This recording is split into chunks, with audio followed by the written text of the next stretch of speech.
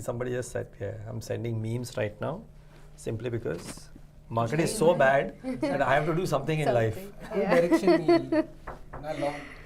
Yeah, no long, no short. Or maybe long definitely, but short definitely. But anyways, we are live. So, well, thank you so much all of you for joining in. And well, a completely different ensemble today because Sajid is at the Aero Show. Harsh is on TV.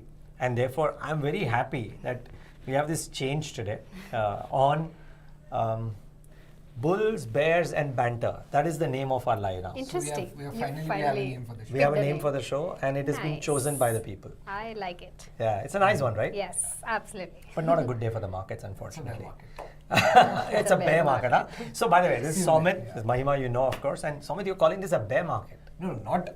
Technically, it's not a bear market because we haven't still been down 20% from the deep. But then the way market has been volatile, not much of long calls that we are seeing that are working actually in favor. Yeah, that's true. But I mean, it's interesting. क्या dealing room में क्या बोल रहे हैं Soumeet? What are people saying? सुबह तो सब लोगों को यही लग रहा था कि मार्केट चल जाएगा 200 पॉइंट नीचे तो सभी थोड़ा दुखी बैठे आज. Yeah, and the small caps, you know, it's a good point that you make. I was just trying to think if we can figure out how much has the small cap index fallen. So last I remember it was down around 13-15%. Yeah, YTD is about 12%. Yeah. YTD is about 12%. It should be around that range. But so, वही है. But ठीक है. So Mahima, consumption day today, and a lot of those stocks are focused. But before we get to consumption, actually, let's try and.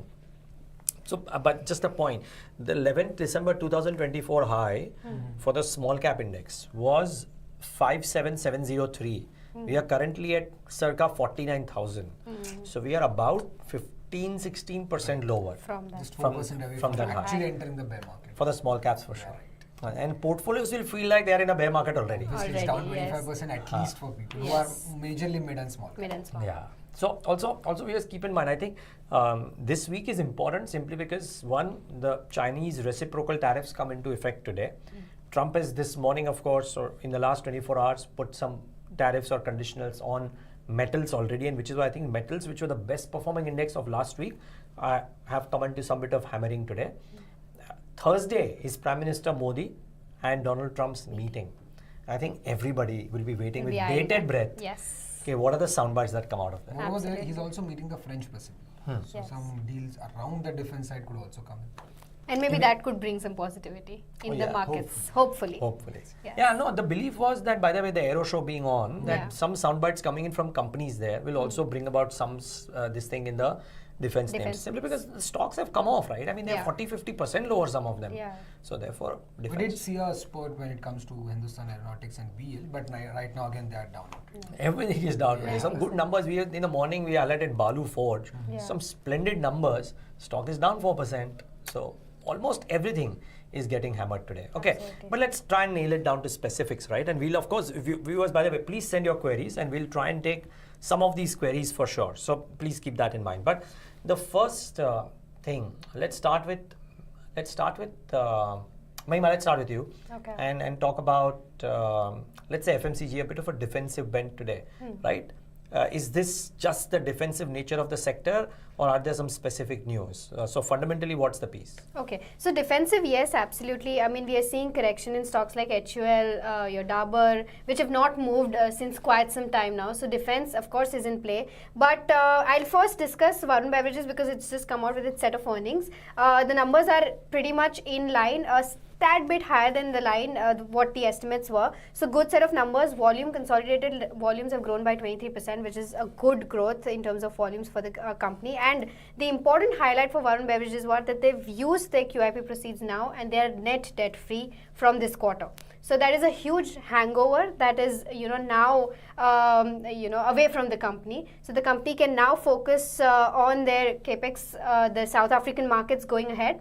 And even in terms of margins were flat because they've opened 3 new facilities in the 9 months gone by, which is why depreciation was a tad bit higher, which is why the margins were flat. But overall gross margins have improved because they have, done well with respect to the the PET, which is their raw material, they have kind of stored them in a way that the prices don't impact their margins overall. So gross margins have gone up by around 105 odd basis points, if I'm not wrong. So good set of numbers for Varun Beverages. The other one which is in focus and which is kind of seeing the hammering today is Tilak Nagar Industries. Down 20%, Down right? 20%. I mean, there are numbers to say that. Yes, It absolutely. is one of the biggest selling brandy Yeah, so in India and second largest in globally. Globally, right. So what's happened? So I'll just give you a timeline as to what has happened. So basically, just to give a context, so the Bombay High Court has now dismissed the plea of Mansion House, which is an intellectual property dispute, and they've said that now the court has granted Allied Blenders the permission to enter West Bengal markets with Mansion House branded products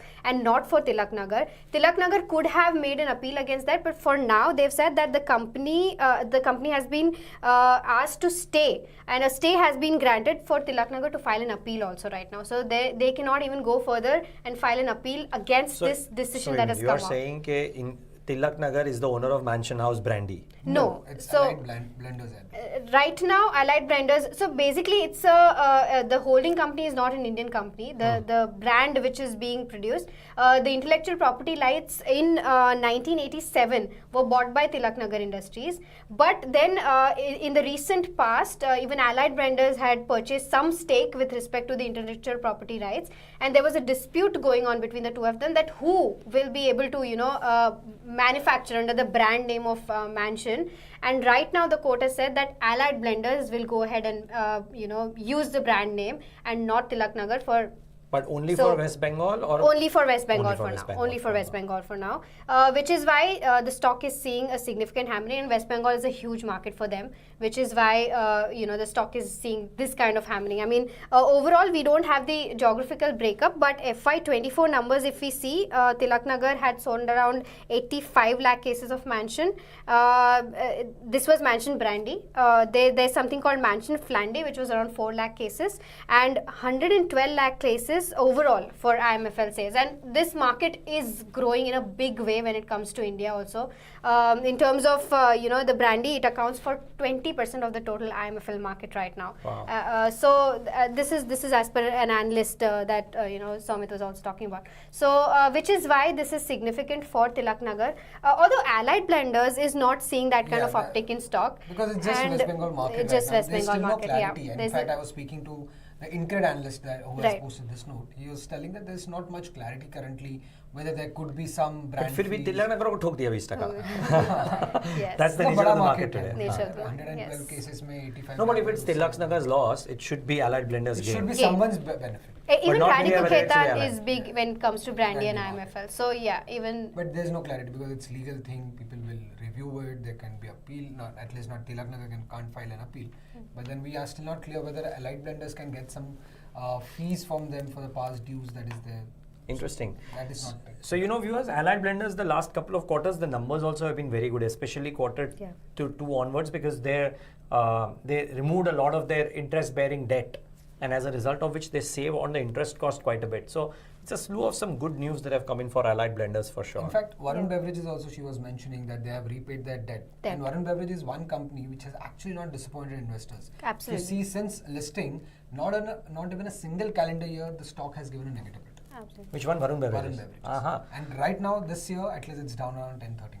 So is this an opportunity is the question we should try and address today with on TV, by the way. We can't give a recommendation per se. We'll try and take it on the closing show today. But interesting that Mahima mentioned already, right, that Varun numbers were good. Numbers were good, volumes were good, and that too after the 23% kind in a of week. In fact, Q3 competition. is not a strong quarter for them. Exactly. It's winter And season. Winter season. And that too, we've been talking about the competition coming in from Campa Cola. Campa Cola is going very big when it comes to advertisement. Even in Mahakum, you've seen Campa Cola boats and everything. They've done advertisement in a huge way. But despite that competition, Varun Beverages volumes have been, at a good, have been growing at a good pace. Wow, very interesting. So, okay, well, so it's all about the fun. You know why Varun Beverages is down today. All good things, but I think maybe just the market moved that the way it is right now. That's why this is down. So this is one. Now, Vigeen Dharan is asking which sector or stocks are a good place to look for short bets. The most difficult question. I think you can come to Ask Profit and ask us that questions. We'll take it with our guests. Yeah, we should do 10:30 that. to 11:30, anytime you can log in and ask all your queries on WhatsApp or call us. That's a nice plug, Yeah. by the way. But I think one of the things that people could keep in mind is that stocks which get impacted because of the tariff issues, right? There could be very interesting bets. I mean, it could be very volatile as well. But keep those in mind for this week for sure, because they might suffer if indeed there are reciprocal tariffs. So you need to do some bit of research. Soumeet, you've done some work there, right? In fact, metal is the counter. It's down most, but Vedanta is down around 5%. But technically, if you see, it's the prices of metal. If there is a big fluctuation on that part due to this uncertainty and tariffs, then it's when companies like Vedanta get impacted. If that does not happen, then there is actually no financial impact for them. JSW Steel, that's down 4% in trade because they have what? 8 to 10% steel revenue exposure outside India. But 80% of this comes from US because they have a plant in US. So technically they don't get impacted because they have a plant in US and that plant manufactures. So in fact, it will be beneficial for them if there is a tariff that comes in. Hindalco Novalis plant, it's in US. They benefit out of this. Yeah. But there are some people who are saying that the scrap prices might go up. But then Hindalco has plants many places in the country. They can manage this by logistics. That can be manageable. That's what at least the analysts believe. So actually they can benefit out of this tariff coming in. So financial impact might be negligible for them. Yeah. I also think that somewhere this is also boiling down to uncertainty. The market hates uncertainty. If because of Donald Trump's statements or US actions, etc., if there's uncertainty that is coming in a sector, the street will say any which way it's not a bull market wherein if you don't buy, you will miss out the next day. Yeah. Might as well be safe. Might as well sell it. Kal ki kal dekhi jayegi. I think that's the form that the street has come to in right now. So that's the one thing. By the way, very interesting. So essentially, begin sectors or stocks to place short bets. You got to analyze your risk appetite. But I think around tariffs is something wherein you might get some good short opportunities. So keep that in mind. And as Mahima said, come on, ask Profit, ask the question. Maybe some expert will be able to give that view as well. And Varun Beverages view on today 2 p.m. 2 p.m. And Varun Beverages view on today's 2 p.m. show. Okay, now Soumeet, there is a off topic, but there is a very interesting piece of news that you analyzed today, and which is L&T Finance buying into what is it? Gold Finance Company. What is the name? Paul Merchants. Paul Merchants. I've not even heard of Paul Merchants, to be very honest, right? Yeah, me and even on a neither. bad day today, Paul Merchants is doing reasonably okay. Yeah, obviously it's a beneficial deal for them coming in. Can you talk about it? So this news actually came on Friday, and the news was that L&T Finance has acquired the Paul Merchant Finance Private Limited, which is the parent company, which is Paul Merchants Limited, gold finance now. So by this acquisition, L&T Finance is actually entering into gold business, and they are paying around 537 crore rupees for this. And this Paul Merchant PMFL, that is Paul Merchants Finance Private Limited. It has a gold loan AUM of around 1,000 odd crore rupees. They have 98,000 active customers, 130 branches across 11 states.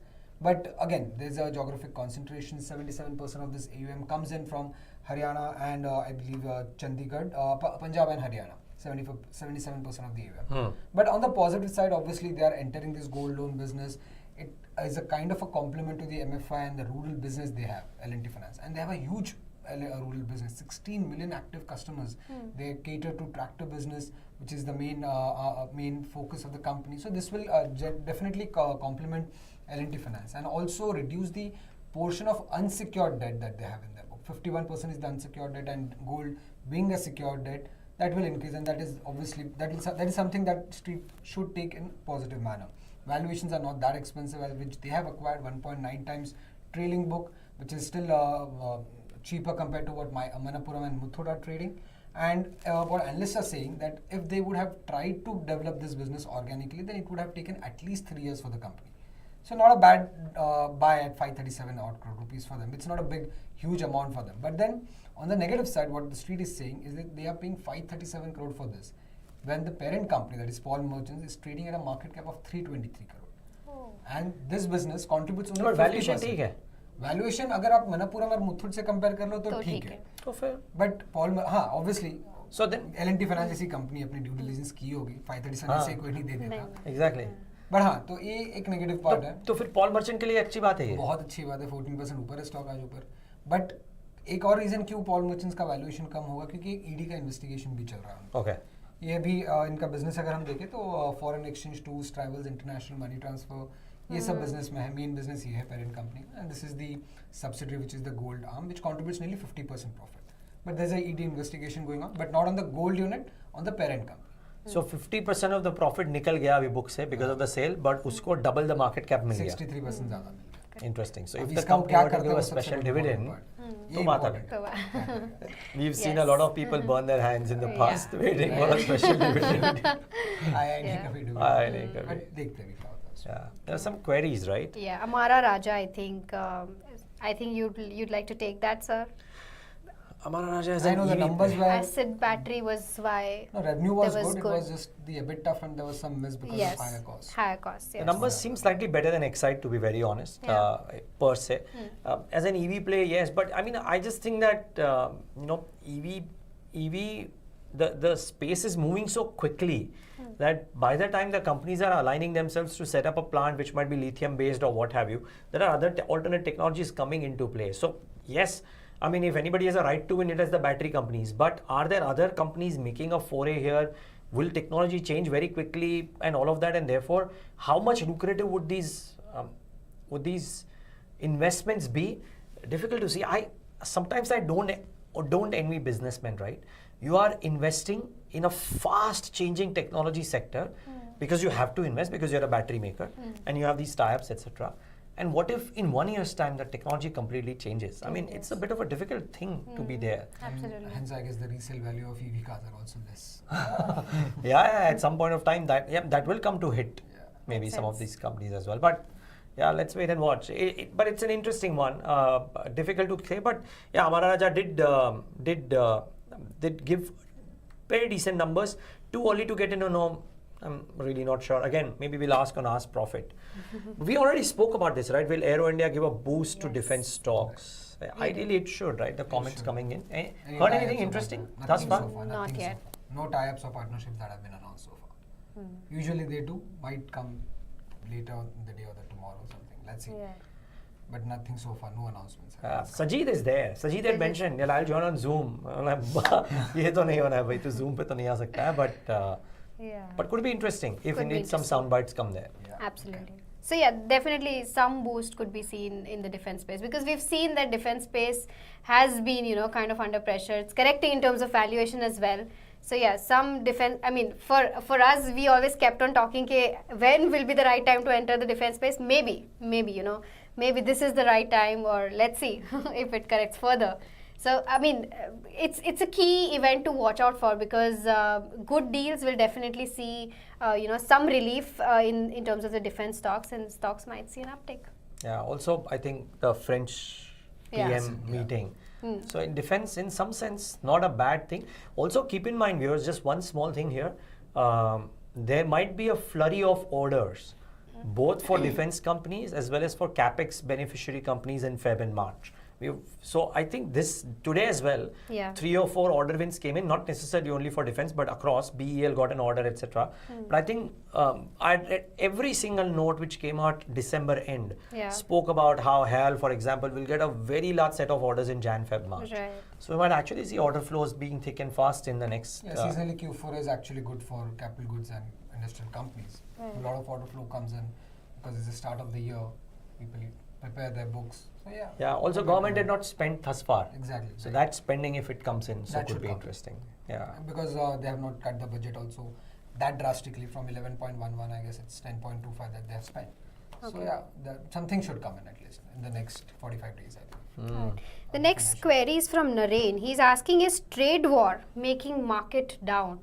I'm not sure if that's, I don't know. You should take that question. No, 100%. 100%. I mean, This 25 to 30% downtick is because of it has to be, because again, uncertainty, right? Markets don't like uncertainty, and there Yeah. is uncertainty here. So obviously it is taking a part. Also because this is not a normal trade war. It is a trade war fueled by a president who says one thing one day and does the reverse the next day, right? next He's a day. great negotiator, if you will. Yes. So just so much of uncertainty. Yeah. How can people take large bets? So Right. every morning we need to watch out for what's What's happening? Yeah, Yeah. Trump on X or Trump on Truth Social, as the case may be. Yeah, yeah, Yes. that's interesting. Okay.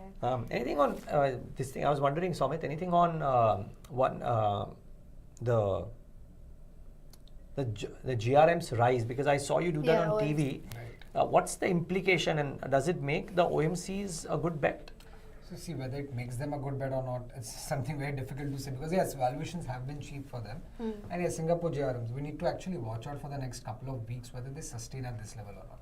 Currently what we have seen is they have surged to around $8.7 per barrel. Few days back, in fact to be precise, 18 days back they were trading at just $0.1 per barrel. So you can see the kind of volatility it has been. On an average for the last 3-4 months they have been around $3 per barrel.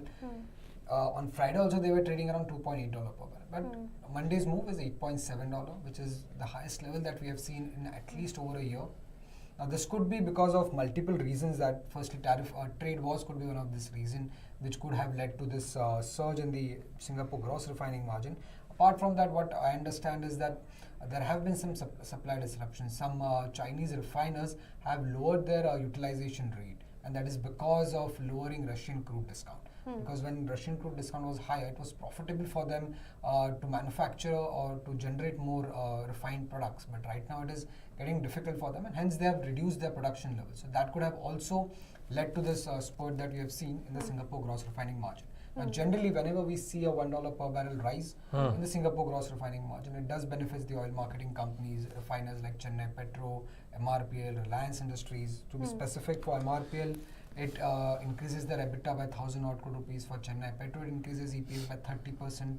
For IOCL, BPCL, HPCL, their EPS increases by 14 to 16%. And for Reliance Industries, on a consolidated level, by around 4 to 5%. But the key thing to remember here is that this has to sustain at this level. Even if it settles at around $5 to $6 per barrel over the next 1 or 2 weeks, it would still be positive for them. Right. Because for specifically for OMCs, if you see, crude has now settled at around 74, 75, which means that the marketing margins that they are earning is reasonably good. In fact, way higher than what they used to earn. So on both marketing and refining side, if you see, both the it's a dual benefit for them coming in at this moment. But yeah, then there is subsidy losses that they have. Okay. So net, please simple एक line में बता दो. Yeah, and also gross refining margin, because it's very difficult for a layman to understand what's that. Just a context there. Crude आता है, crude आप खुदान से खोद के निकाल लिया, तेल आ गया आपके पास. तेल को रिफाइन करना पड़ता है, because हम क्रूड ऑयल तो यूज नहीं करते. हम पेट्रोल यूज करते हैं, डीजल यूज करते हैं, ATF यूज करते हैं. इसको अलग अलग लेवल की रिफाइनिंग लगती है. तो जब वो रिफाइन होके फाइनल प्रोडक्ट आता है, उस पे क्या मार्जिन बन रहा है? क्रूड से रिफाइंड प्रोडक्ट में जो मार्जिन बनता है, हर प्रोडक्ट का अलग अलग होता है. सिंगापुर GRM में कंबाइंड जैसे हमारे यहाँ पे निफ्टी है, जिसपे रिलायंस है और 50 स्टॉक है, उनके वेटेजेस होते हैं. वैसे ही सिंगापुर ग्रॉस रिफाइनिंग मार्जिन में हर एक प्रोडक्ट का वेटेज होता है, और उस हिसाब से ये GRMs आ जाते हैं. तो अलग अलग प्रोडक्ट के क्या मार्जिन आपके बन रहे हैं, उस हिसाब से Singapore gross refining margin. Okay. What else? Soumeet, just be a bit loud is what the feedback is coming in. Sorry. I'll try definitely. Yeah.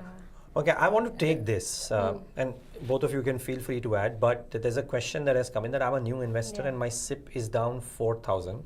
Should I continue to invest? I want to cry. And this follows in because as Naren has made some revelation on mid-cap and small cap, so your thoughts here. All of us are crying right now with respect to our investments. Might but be a big amount, yes. but then need to wait. Yes. Definitely. Yeah. So I'll be honest, कल तो किसने देखा है? So you don't know. But if the best answers for the future come from history, and if you look at history and what history is done, and कभी भी the markets have climbed the wall of worry. Last 5 years, 10 years, 15 years, 20 years, usually Indian markets have given very decent returns. Now, will the same happen in the next 1 year, 2 years, 3 years? I don't know. So if your time horizon is just the next 12 months, you are a new investor and time horizon is just 12 months, then sure, you could cry a bit because it's very difficult to call whether 2025 mein from here, where will the markets be. Citi, by the way, has come out with a note on the 4th of February, and they've given a target of 26,000 for the Nifty. So if your investment is in the Nifty SIP, and if you believe that Citi's target will be met, then you should be happy because you're buying at 23,500, you would be able to sell at 26 or what have you, right? If your investment in mid caps and small caps, then it remains to be seen. But largely, if your time horizon is longer, and you should ideally keep it longer if you're coming to the equity markets, then very likely you will not be disappointed at the end of the day. In fact, I always tell people that you should celebrate corrections, because when you're celebrating correction, वही 1,000 रुपए में आपको ज़्यादा unit मिल रहे हैं जो आप ऊपर जाके बेच पाओगे. So बट अगर 25,000 लेवल पे 1,000 यूनिट अलॉट हुए और आज 23,000 पे हाँ नहीं बट अगर वो SIP कर रहे बट हैं ऑब्वियसली Yes, तो SIP फिलहाल तो फर्क नहीं पड़ना And generally, SIP is from a longer term perspective, and that's how compounding works, right? I mean, if you stop your SIP, your compounding will not take place. Exactly. Which is why it is important to continue your SIP no matter what. But yes, like you mentioned, a lot of brokerages have also come out and said that for the next 2 years, if I'm not wrong, it's going to be the large caps that are going to do better than the broader markets. In fact, Morgan Stanley is still of the view that mid and small cap. So few of them. Okay, But yeah, let's say. large cap consensus So, view is so then large. it has to be a balanced portfolio in order to, when you're doing your SIP, it has to be a balanced portfolio where you have exposure to, all the three indices. But the only reason why I kind of don't agree with that large cap versus small cap theory and my limited view, I mean, S. Naren is the master, right? So if he's saying, please listen to him. He's the one who's seen multiple cycles. So nobody comes close to him, or very few people come close to him. Let's put it that way. Flexi-cap. Yeah, or multi-cap or what have you. No, Multi-cap. but the reason why it's if you're putting money into mid caps and small caps, right? Let's assume small caps, 250 onwards. Small caps up till 6,000. Small caps, the variety of companies out there, all the new companies who are coming in, a lot of them are outside 250. There's some stellar business models there. Absolutely. Very good business models there, where if you invest at the right valuation, you might actually make a lot of money. So this whole notion that the entire small cap space is going to get crumbled, etc., I don't agree. Filhal mandi hai, small caps are getting pit out, so therefore, like we said, good results are also getting beaten.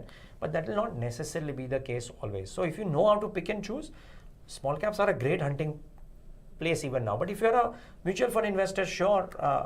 And if you're an SIP investor, shouldn't worry too much. I mean, I respect Mr. S. Naren's view. Nobody, like I said, very few people know more than him. So go from that. But small caps are okay. Yeah. Action Construction is the next, counter that we have a query on. Good, it's falling even after good results. But, before that, one more plug, because we've done a good KYC today on Action Construction. Okay. And the overall rating out of 8 What was is KYC? 6.8. Know your company. That's a show that we do at 11:30 every day. We take one company and we analyze the entire financial of that company, be it profit and loss, the cash flow statement, the balance sheet, as well as we do a SWOT analysis for the company. So what are the strengths of the company, the weaknesses, the opportunities and threats. And with that, we also speak to the management of the company with respect to the outlook of the entire company. So it's a good show if you want to know, a 360 degree view of the company. It's the perfect, show to go to. And that's why I think we'll have the YouTube video up for this particular company. So you should definitely go and watch that. Great. Okay, but I don't have a view on Action Construction. Yeah, so I was just going through, the revenue split in terms of what they have. They have cranes around 72%. In terms of construction equipments, it's 13%. The others is material handling and agricultural equipment. Revenues have grown at a CAGR of 33% 3 years now.